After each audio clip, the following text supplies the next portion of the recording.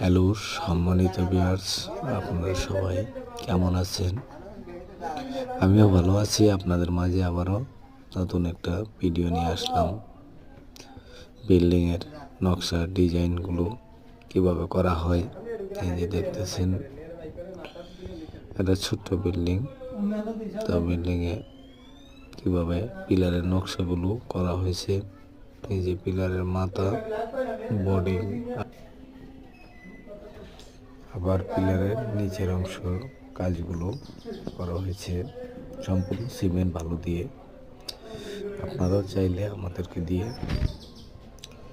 যে কোনো ধরনের নকশার কাজ করাতে পারবেন। সমগ্র বাংলাদেশে আমরা করে থাকি।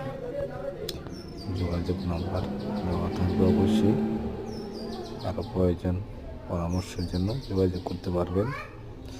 ভালো থাকেন, সুস্থ থাকেন।